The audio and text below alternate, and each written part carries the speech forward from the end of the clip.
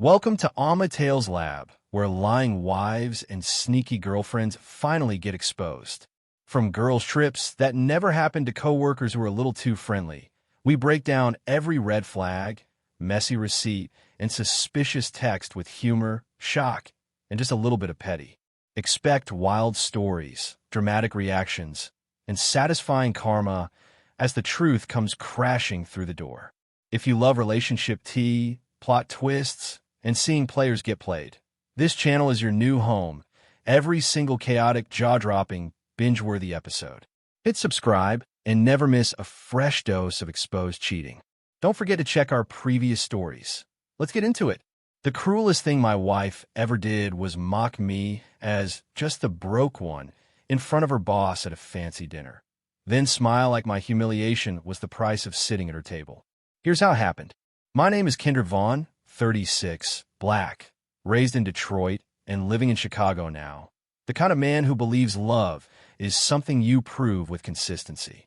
I work in facilities compliance for a medical network. Unsexy work, steady pay, long hours, and a reputation for fixing problems before they become disasters. I thought being dependable made me safe. I didn't realize it made me easy to use. The night she embarrassed me. The restaurant was bright and expensive in that quiet way. Linen napkins, low music, people talking like money was a language. It was her boss's birthday dinner, and my wife, Simone Vaughn, was glowing with ambition. She wore a sleek emerald dress and a smile she saved for important people. When she introduced me, she squeezed my arm like a handler. "This is Kendrick," she said, then added with a laugh. "My husband, the broke one." Her boss, Darian Caldwell, chuckled politely. The couple beside him laughed harder. Simone's eyes stayed on me like a dare. "React so I can call you weak." I didn't argue. I didn't correct her. I didn't flinch. I just nodded like I agreed because I knew what she didn't. When the waiter came back with the check, he didn't hand it to Simone's boss. He didn't set it in the middle. He placed it in front of me, looked me in the eye, and said, "Whenever you're ready, Mr. Vaughn." Simone's smile froze so fast it looked painful. Her boss leaned forward, and that's when she realized the broke one had been paying for a lot more than dinner. The thing about humiliation is it teaches you. If you let it. I let it teach me. Simone and I met at a Summer Street festival near Navy Pier when I was new to Chicago.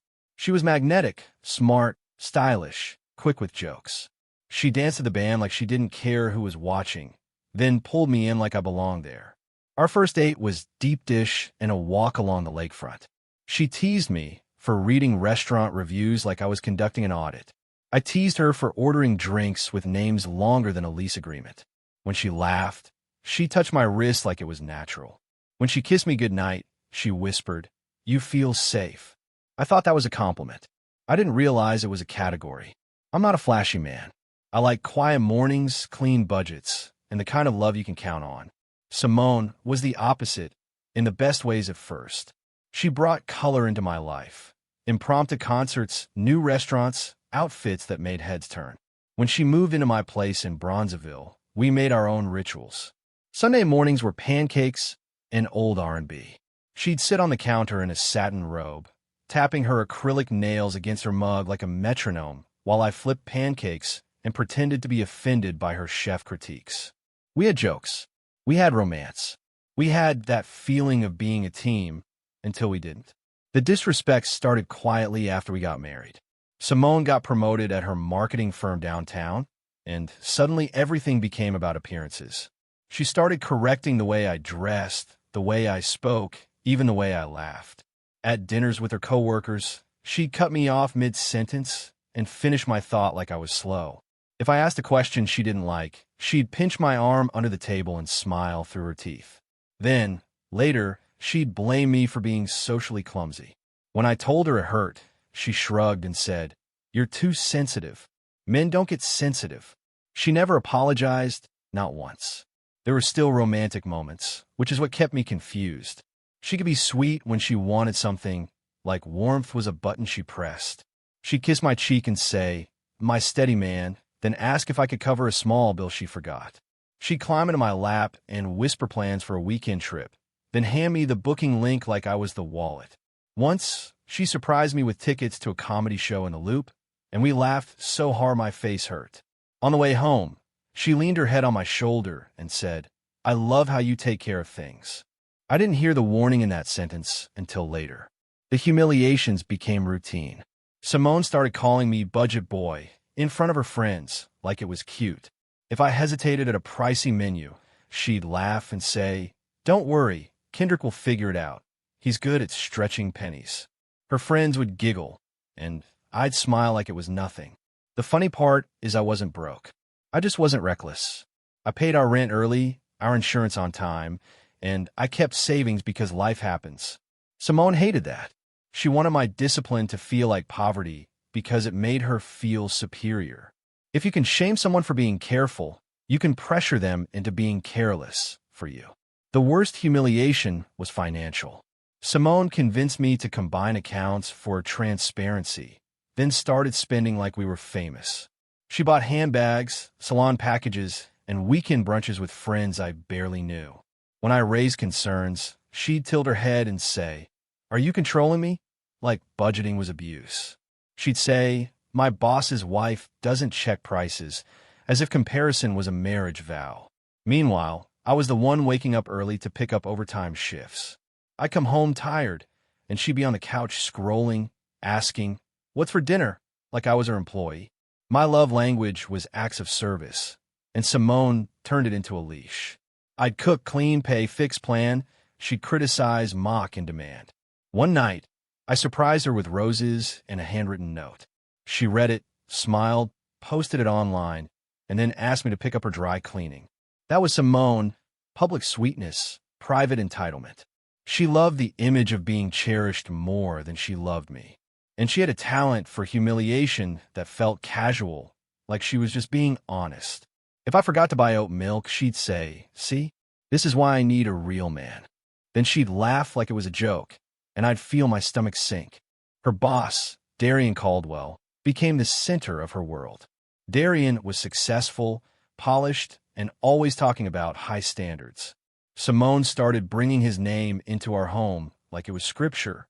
"Darian says a man should spoil his wife," she'd tell me, while folding clothes she didn't pay for. "Darian says couples who struggle financially don't travel." She'd say it with a look that made me feel like I was failing a test I didn't sign up for. The funniest thing was how she'd act like Darian was the judge of our marriage. Darian would never let his wife look cheap, she'd say, then toss a shopping bag on the bed like a trophy. The romantic parts became rarer, but they still happened, sharp enough to cut. Some nights, after I cooked and she finally ate, she'd soften and curl up beside me. We'd watch movies, and she'd laugh at my commentary like she used to. I'd catch that old version of her for a moment, and my heart would jump like a fool. Once, she kissed me and whispered, "You're my home." The next day, she told her sister on speakerphone, "He's dependable, but he's not impressive." Her sister laughed. Simone laughed too. I stood in the hallway holding a bag of groceries, listening like a stranger in my own life. I started noticing patterns. Every time Simone humiliated me, it was followed by a request. Every insult came with a handout. "Budget boy." Then, "Can you send me $300? Broke one. Then book the hotel. Not impressive. Then pay for the dinner." I began to realize the humiliation wasn't random. It was strategy. If she could make me feel small, I'd work harder to prove myself. I'd spend more. I'd bend more. I'd apologize more. Simone didn't want a partner. She wanted a performer. And the stage was my dignity. The lead up to Darian's birthday dinner was a month of pressure. Simone said it was important for optics, like our marriage was a brand. She made me buy a new suit, then criticized it.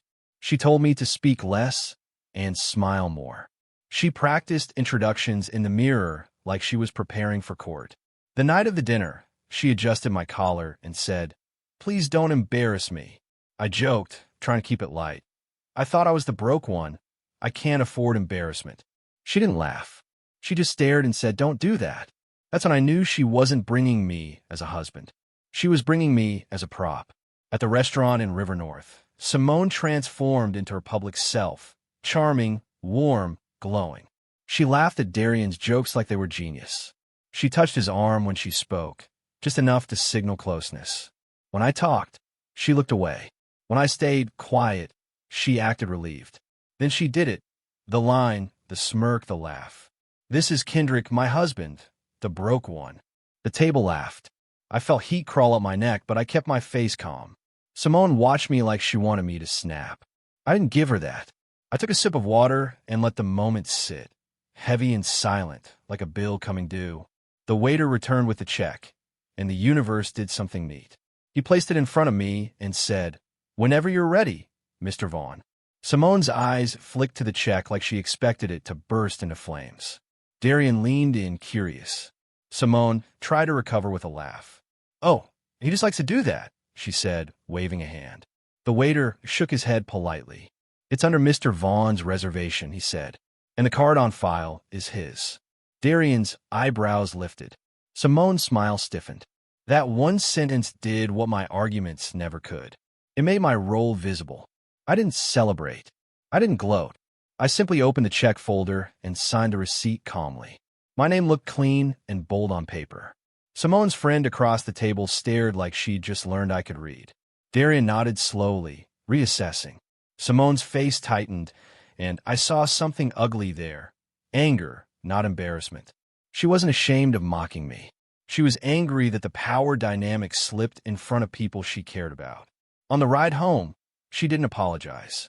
She snapped, "Why would you let the waiter say that? Like my name was a mistake I should have hidden to protect her ego." That was the night something in me went quiet. Not rage, just clarity. I stopped trying to make Simone understand. I started protecting myself. I went to work the next morning and sat at my desk with the same focus I use when a building inspection is coming. I pulled our bank statements, credit card history, and joint account activity. I didn't do it dramatically. I did it like a man checking for leaks. I found them, monthly transfers to accounts I didn't recognize, Cash App payments labeled as consulting, subscriptions I never signed up for. Simone wasn't just disrespectful. She was siphoning, and she did it with the confidence of someone who believed I'd never push back. The humiliations kept coming, and karma started showing up right behind them like a shadow. Simone mocked me for packing lunch instead of eating out. That week, I canceled the shared food delivery account and changed the password. She stood in the kitchen yelling at her phone because her order wouldn't go through.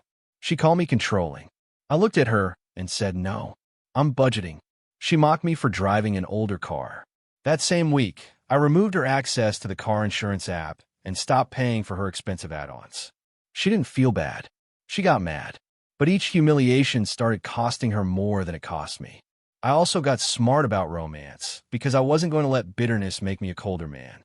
I started doing small, kind things for myself, buying fresh flowers for my own kitchen, taking myself to a quiet diner after work, calling my mother more often. I even went on a solo walk along the lakefront and laughed at how peaceful it felt when no one was grading me. One night, I remembered how Simone used to love my pancakes, so I made them anyway, just for me, and sent a picture to my cousin with the caption, "Cooking like I'm still lovable." My cousin replied, "You are. You just married someone blind." It made me laugh out loud for the first time in weeks.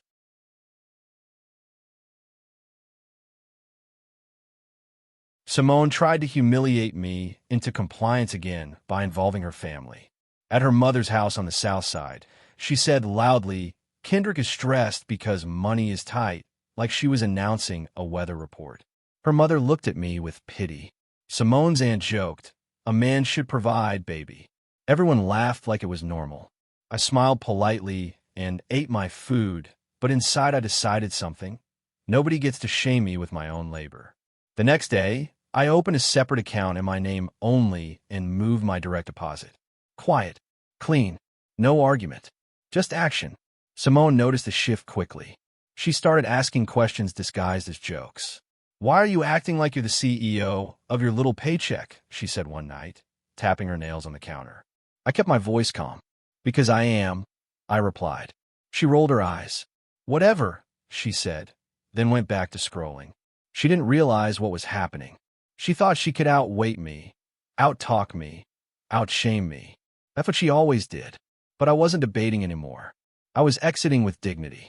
And the more she tried to humiliate me, the more the consequences tightened around her like a belt. I spoke to a lawyer quietly, not to get revenge, but to stop bleeding. The lawyer explained separation options, financial protections, and what documentation mattered. I didn't tell Simone. I didn't threaten her. I started collecting receipts, screenshots, bank logs, dates, amounts. I kept everything in a folder titled Home Repairs, because Simone never opened anything labeled boring. There was a strange humor in that. She thought I was simple. She never understood I was patient. She thought loudness was power. She never respected silence. My silence wasn't weakness. It was preparation. Simone's final humiliation attempt came at another dinner, this time with two coworkers and their spouses at a steakhouse near the Loop. She did the same thing again, laughed and said, "Kendrick loves to act rich, but he's really just a broke one." I looked at her and smiled softly. "That's true," I said, and her eyes lit up, thinking she won. Then I added, "That's why I stopped funding everything you don't earn." The table went still. Simone's face turned sharp. "What does that mean?" she hissed. I didn't explain at the table. I simply pulled out my phone, paid only for my meal, tipped well, and stood up. "You all have a good night," I said. Quiet karma tastes like composure. The practical karma hit hard over the next week. Simone's shared cards declined. Her subscriptions cut off. Her girls' brunch payments bounced. She called me furious, then sweet, then furious again. She didn't apologize once. She said, "You're trying to punish me," like consequences were cruelty. I responded only in writing, simple sentences. "I'm paying my responsibilities, not your luxuries." She tried to shame me by telling her boss I was unstable. But Darian had seen the check. He had seen my name. He had watched her mock me. He didn't defend her. He didn't care. People like Darian respect power, not loyalty. Simone had been using my loyalty as a cushion and calling it weakness. Now that cushion was gone. Simone attempted a different kind of humiliation. She tried to kick me out emotionally. She told me the apartment felt heavy when I was there. She said she needed space. She suggested I sleep on the couch, since I'm the one being weird. I laughed once, short and bitter, because the audacity almost impressed me. "No," I said. "I'll sleep in my bed." Simone glared like I had violated a rule. That's when I understood. She believed she owned the right to degrade me. She believed my calm meant consent. I stopped being calm in the way she needed. I became calm in the way that ends things. I moved my valuables and sentimental items quietly, documents, watch, photos, my grandmother's Bible, into a small storage unit near my job. I did it on a lunch break. I didn't cry until later, alone, when I realized I was packing up a life I had tried so hard to protect. Simone didn't notice what I was doing because she didn't pay attention to what didn't serve her. She kept talking about her promotion and how Darian expects excellence. She kept practicing smiles in the mirror. She kept treating me like a wallet that sometimes spoke out of turn. Meanwhile, I was building a different future with the same quiet discipline she mocked. The end came without a shouting match. I came home from work, sat at the kitchen table, and slid an envelope toward Simone. She opened it and saw the separation filing and a simple breakdown of finances. What I paid, what she spent, what I was no longer responsible for. She didn't cry. She didn't apologize. She laughed, sharp and mean, and said, "You really think you're worth all this?" I looked at her and answered, "I know I am." That was the first time she looked uncertain. Not remorseful, just uncertain. Because she realized I wasn't begging her to value me. I was valuing myself without her permission. Simone tried to punish me socially after that. She told people I was cheap. She told her family I abandoned her. She tried to bait me into arguments so she could label me angry. I didn't give her anything to hold. I kept my responses short and factual. I let my lawyer speak. I kept going to work. I took a promotion quietly, better pay, better hours, less strain. I didn't post it. I didn't announce it. I just started sleeping through the night. I started eating meals without dread. I started laughing again, small and real, like my body remembered joy. Months later, I saw Simone once at a grocery store in Streeterville. She looked polished but tired. She walked past me like I was invisible, still committed to disrespect. I nodded politely and kept moving. My life was smaller but safer. My success was private. A clean apartment, a steady routine, money that stayed where I earned it, and peace that didn't depend on someone else's approval. Every humiliation Simone served came back to her in a form she couldn't charm away. Declined payments, lost access, and the quiet realization that the man she called broke was the only reason her lifestyle ever felt rich. I never needed revenge. I just needed receipts, boundaries, and the courage to leave. If you enjoyed this story, please like, comment, and share this video with your friends.